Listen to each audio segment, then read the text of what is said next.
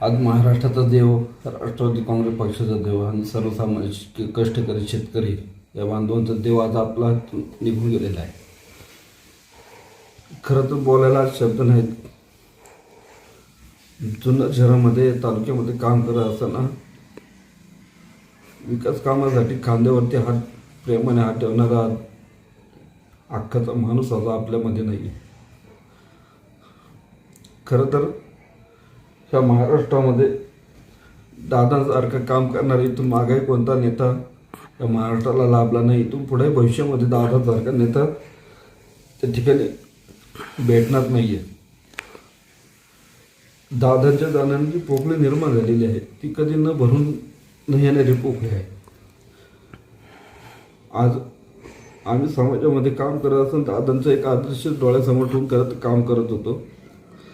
आमच्या पाठीशी दादा भक्कम आहेत हे आम्हाला माहिती होतं, पण आता आमचा पाठीवर राखा आमच्यामध्ये नाही आहे. दादांचे जाण्याचे संपूर्ण महाराष्ट्राला जे दुःख झालेले ते खरं न पेलवणारं दुःख आहे. आज माणसातला देव माणूस आज आमच्यामध्ये नाही, आपल्यामध्ये नाही आहे. याचं खूप मोठं दुःख आज सर्वांना त्या ठिकाणी झालेलं आहे.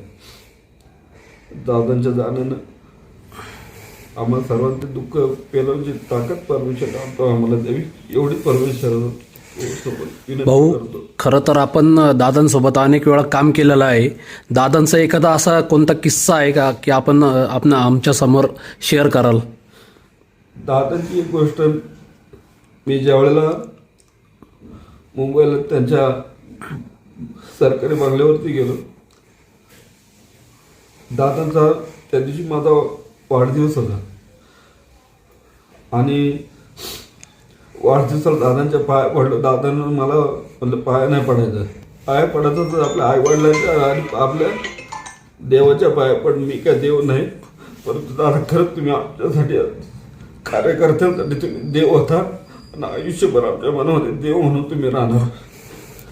भाऊ, ही खंत अशीच आयुष्यभर आपल्याला जाणवेल. खरं नाही, आज समाजामध्ये काम करायचं आहे.